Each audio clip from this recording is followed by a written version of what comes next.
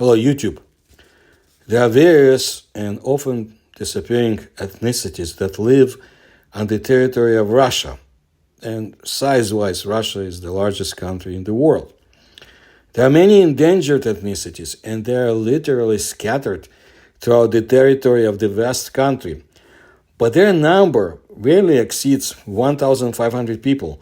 Moreover, such ethnicities are subject to assimilation with their nearest, more numerous neighbors, and only a few remain true to their roots and try to preserve the heritage of their people in every possible way.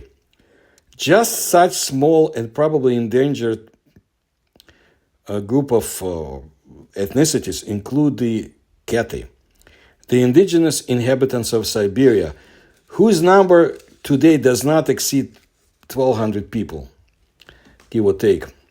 Even though this is the 21st century, the Keti are very sensitive to the nature around them, animate it, cherish it, believe in the existence of evil and good spirits. Such beliefs are reflected in their traditions, rituals, and of course lifestyle. There's a certain mystery that surrounds this small ethnicity. I must add that to me, they remind of Native Americans.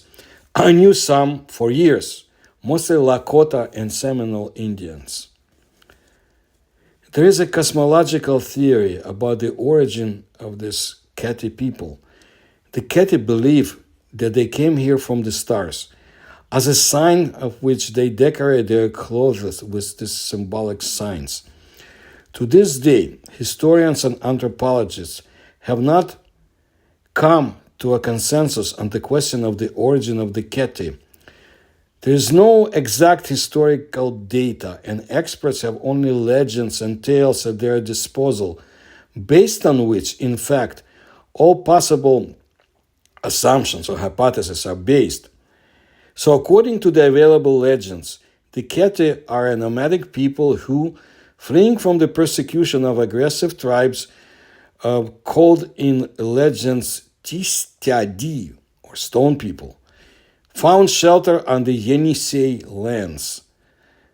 Previously, the Keti lived on fertile lands near the upper reaches of rivers, but were forced to leave their home, cross mountain ranges, and stop in the Turuhanskaya Valley of the Yenisei region. Around the first millennium before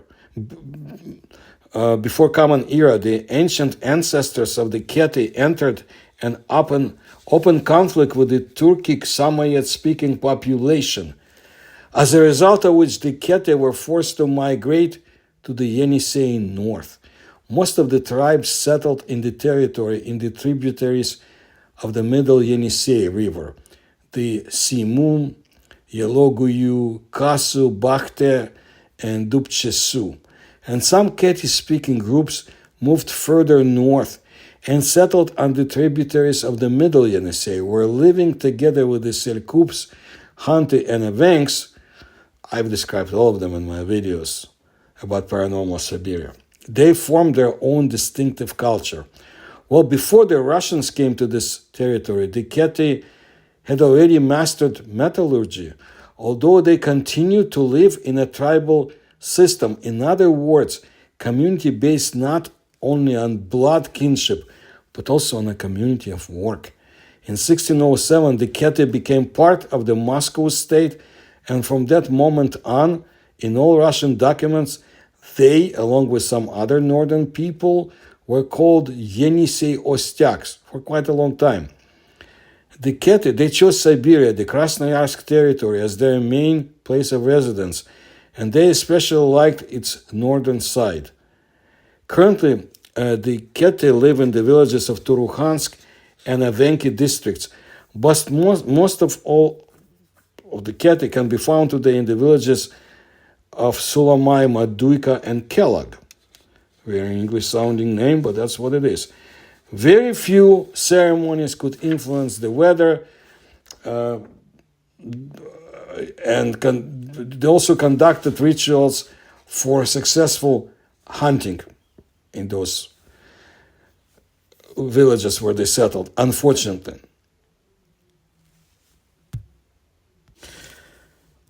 During the Soviet communist rule, shamanism was punished, and the Keti people began to hide their gift. So gradually, shamanism began to disappear, and it was part of their culture.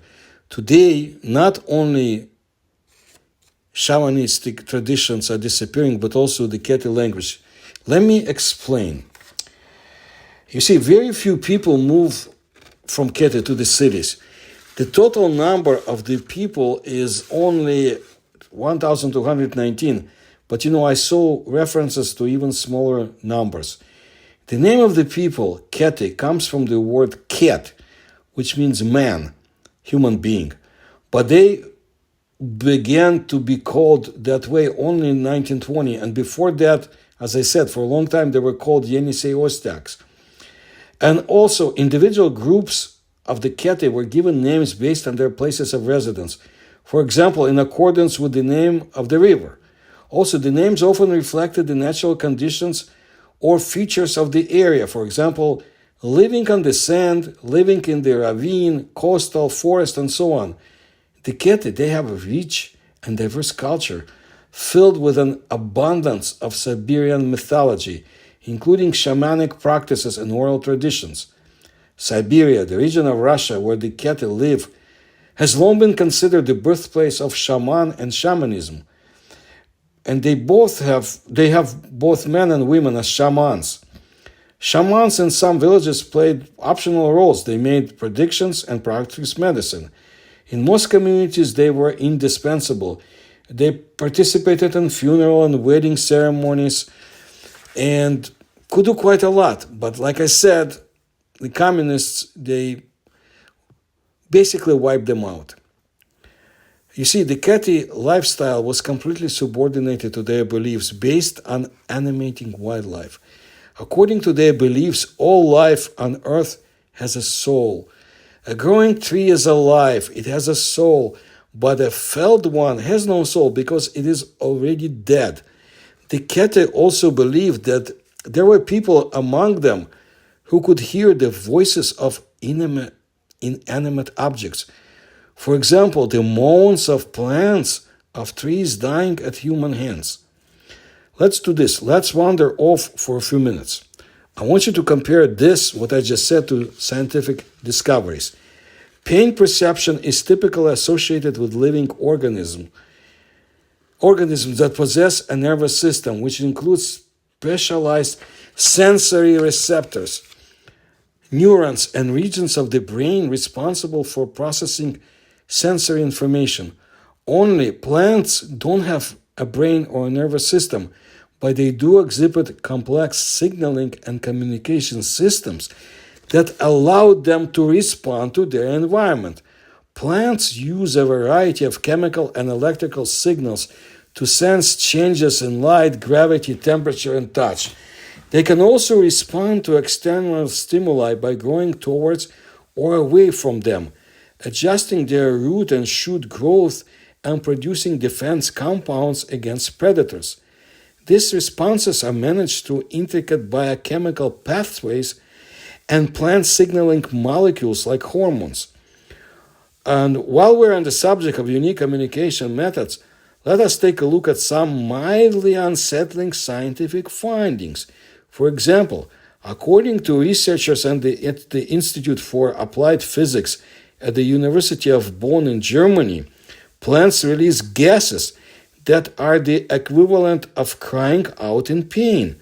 Using a laser-powered microphone, researchers have picked up sound waves produced by plants releasing gases when cut or injured. Remember what the Keti said. Although not audible to the human ear, the secret voices of plants have revealed that cucumbers scream when they're sick and flowers whine when their leaves are cut. And it's not just cucumbers that are making their voices heard. For a 2019 study published in the journal Cell, researchers from Tel Aviv University in Israel placed microphones near tomato and tobacco plants that were dehydrated or damaged. they were able to detect ultrasonic sounds emitted by the plants from a distance of about 4 inches. These sounds ranged from 20 to 100 kilohertz, potentially detectable by certain organisms from several meters away. However, you won't hear the screams while spending time in the living room near your favorite basil plant, because these sounds occur at ultrasonic frequencies beyond human hearing range. When adjusted to frequencies audible to human ears, these bursts of sound caused by stress resemble the sound of someone tap dancing on a field of bubble wrap. While these ultrasonic bursts are beyond human hearing, they could potentially be perceived by mammals, insects, and other plants in their natural environments, prompting corresponding reactions. In a somewhat macabre turn of events, there's also evidence that plants can hear themselves being eaten. Researchers at the University of Missouri, Columbia, found that plants understand and respond to chewing sounds made by caterpillars munching on them. As soon as the plants hear the noises, they respond with several defense mechanisms. For some researchers, evidence of these complex communication systems emitting noises via gas when in distress signals that plants can feel some type of pain. Others argue that there cannot be pain without a brain and nervous system to register the feeling. Modern scientists believe that these plants are likely not to experience pain like land animals, sea creatures, or other animals. I think the Keti would disagree. Still, some scientists surmise that plants can exhibit intelligent behavior without possessing a brain or conscious awareness.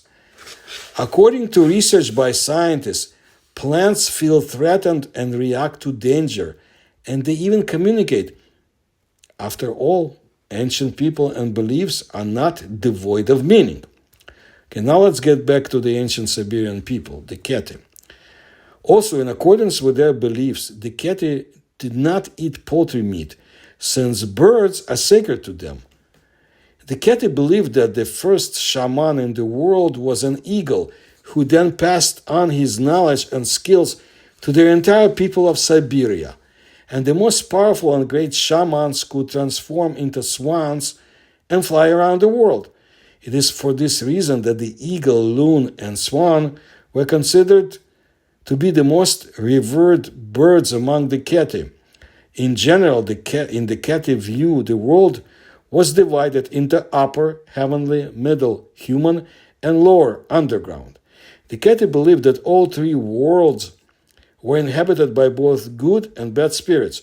According to their mythology, the deity is considered good, but his wife, Hosedem, who was banished from heaven to earth, on the contrary, was the personification of evil.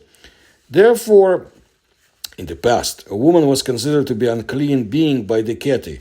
However, despite such beliefs, many Keti nevertheless accepted Russian Christian Orthodox baptism after the arrival of the Russian missionaries in Siberia. And the Keti way of life was also subordinated to their beliefs. For example, the main task of a man was to kill an animal, and the task of a woman was to bring the prey home. It was the women who were entrusted with the responsible mission of butchering the carcass without violating the integrity of blood vessels and joints. Why? Why such a delicate approach? The Keti believed that by being careful in the butchering process, they gave the animal the opportunity to be reborn. In addition, it was believed that with the help of food, a person could obtain the properties that a particular animal possessed. For example, if you eat the eyes of a bear without chewing them, a person could become strong and fearless, like the Lord of the Taiga. And if you swallow the heart of the capercaillie, be careful and attentive like a bird. This is interesting because obviously capercaillie was not considered to be poultry by the Keti. Well, the ancestors of the Keti lived in traditional semi-dugouts, the so-called earthen tombs or banuses. They consisted of a square-shaped frame made of logs and an earthen covering. There were also tombs of the conical shapes called kus. Such tombs were covered with patches of birch bark sewn together into a large canvas. Vaulted huts were usually used as temporary housing. Therefore, they were made of curved rods with a birch bark coating. And the men who went fishing lived in boats for good. More substantial housing in the form of wooden log cabins appeared only when the Keti stopped roaming and settled in one place. Fishing, hunting, as well as the manufacture of wooden utensils, hunting equipment, boats, and skis formed the basis of the life of the Keti. But still, the main trade of the Keti was hunting hoofed animals, deer or elk, waterfowl, and wild game, squirrels, sable, and bear. Hunting brought meat and skin to the Keti, which were used to feed the entire tribe, to warm their homes and make clothes. The skins of the small fur-bearing animals were exchanged for tea, salt, and tobacco, and taxes were paid with their help. The fur tax, by the way, was called yasak. In summer, the Keti set snares for grouse and wild ducks. And fishing, of course, as the Keti called this process, collecting the gifts of their river nurse. People even measured their way with rivers, asking the oncoming person, which river do you live on, or how many rivers do you need to go through to get here? They fished with the help of pitchfork-like sharp tools and seines, and moved through the water on wooden boats. Some of those boats were quite large, up to 15 meters long, in order to spend the night in them during the summer fishing season. They were called ilimki. A sail mast and a hut covered with birch bark were installed in the boat. In calm weather, the boat was pulled by people and dogs along the shore using ropes, and the oars were used only when it was necessary to swim from one shore to the other. The boys learned the art of making boats from early childhood.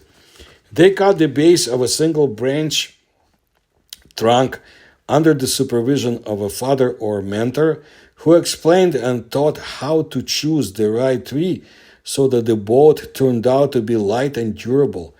Unsurprisingly, the Keti culture has survived to the present day. It contains myth-telling about the origin of the world and humanity, and legends about mythical deities who fought amongst themselves. For example, Albe, who was turned into a petrified witch protecting people. It kind of reminds me of the Sumerian legends. Anyway, also tells about Kai Goose, the patron saint of forest life, who sent good luck to hunting and fishing, and also legends about animals. The decorative and applied art of the Keti has also been preserved.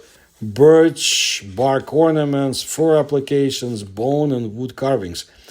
And of course, musical instruments including a harp, a string, a bowed lute, and a musical bowl.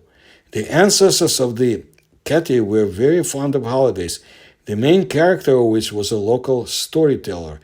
He told legends about the forces of good and evil, animals and heroes who fought for their people. Balne, whose name translates as the cherry plum mace, was considered the main hero of the Ket folklore. He was named so because of the stick of cherry plum which he used to disperse all enemies. There are suggestions that the cherry plum, or Prunus cerasifera in Latin, was a sacred tree for the Keti. The Keti still have homemade fishing gear. They still make dugout boats from the trunk of a tree, which are convenient to carry from river to river. There are some hunting and fishing accessories. From the spiritual culture, some grandmothers of the Keti have still the spirits of the Keti people among them, as before men going into the taiga. And also, you see, they tie headscarf on their heads like women. This is how you can distinguish a cat from a representative of another tribe or ethnicity. And of course, their mentality distinguishes them. They're not conflicted. They're not into making conflicts. They're shy, calm, do not speak loudly, do not wave their hands, do not argue. If they are dissatisfied with something, they just get up and leave. The Keti adopted the Russian Christian Orthodox faith back in the 18th century. However, despite this, they still managed to preserve their traditional beliefs formed from legends, stories, and myths. I read interesting statements of the Russians about the Keti. Currently, no more than 6 people know the Ket language, according to the Russian who worked in the Sulamai in the early 2000s. They know Russian well and live like the rest of the Russians. But young people strive for civilization because they live in villages. In general, some of them love work and have an entrepreneurial streak. They live well. Northern fishing is expensive now, and so is sable. Each family has a hunting grounds. So many young people prefer to stay in the villages. There's internet connection, and the cell phones are working. There's television. Those who have an antenna, they can watch 300 channels. But there are, of course, unfortunately, heavy alcohol drinkers. The northern people, they cannot drink. They will go insane. The Keti, according to another Russian who lived with them, are a unique people. Their language is unique. That is, no one in the world speaks similar language. In 2002, there was an amazing, in its power, flood in Podkamena and Tunguska. Those who watch my videos about the Tunguska event will know this area. The village of Sulamai was almost completely demolished by an icebreaker. The administration of the Krasnoyarsk territory and the Nansen Foundation came to the rescue. The administration has built a new school and gym, as well as prefabricated houses for each impacted family. And the Nansen Foundation fund for the assistance to small peoples or ethnicities of the world, built houses made of timber for those in need. Another interesting comment is this: genetically, the Keti are very close to some Indian tribes. The Keti language is also allegedly related to the Native American languages of Na-Dene. It seems that some of the Indians are the same Keti that came to America about 10,000 years ago. They are similar in appearances. Surprisingly, even the traditional hairstyles of Indian and Ket young ladies are the same. As for the headscarves that men wear, they also wear such headscarves in Yakutia because of the countless number of mosquitoes and midges. The local people need to save their heads and ears. Headscarves may be worn for a variety of purposes, such as the protection of the head or hair from rain, wind, dirt, cold, warmth, for sanitation. Boris Dolgich, a researcher of the Keti, wrote in 1926, "From under white headscarves, from under strands of black or loose or braided hair, sharp angular profiles looked so reminiscent of North American Indians that it was strange to realize oneself on the territory of the USSR, in the depths of Asia, and not somewhere on the shores of the Rand River in the United States." I have some more notes about the language from another Russian researcher, Professor Krivanogov, who does not believe in the similarity with Native American languages. All ethnicities have linguistic relatives, but this tribe does not. Everyone is desperate to find Keti relatives by language. There have been hypotheses for 150 years. There are 6 mutually exclusive hypotheses. These are the Basque language in Spain, the North Caucasian languages, Chechen, Dagestan, the ancient extinct Sumerian language, remember what I told you about Sumerians, Tibetan languages, and the Athabascan language of the Indians of America. The last hypothesis, plus the peculiar appearance of the Keti, gave rise to the idea of the Keti's kinship with the Indians back in the 19th century. Will the Keti disappear in the near future? Well, the Russian researcher, Professor Viktor Krivanogov, who has spent years with them studying this ethnicity, and he rejects, like I said, the idea that there is a connection to Native Americans. He doesn't think that it's going to happen, the disappearance, in the near future. The population growth, it's small, but there is due to mestizos. There are now almost 100% mestizos among the Keti children. The last time he had visited them, there was only 1 out of 102 children that could be considered to be a purebred cat. Therefore, it is a matter of self-awareness, and this is a very subtle thing, and is formed under the influence of many factors. Here, the Keti have a national identity of I am Ket, even among those who have forgotten the language, who walk in urban clothes and work in the village. They're Keti anyway, and they want to be. A nation disappears only if its representatives lose their national identity, said Professor Krivanogov. That's the Siberian ethnicity I wanted to let you know about today, as I have about some other, what you can consider unusual ethnicities who inhabit Russian Asia, and not only Asia. And I'll tell you more stories about, to me, very interesting people of Eurasia, and Russia, Ukraine, Belarus, and of course going to the east, China, Mongolia, and so forth.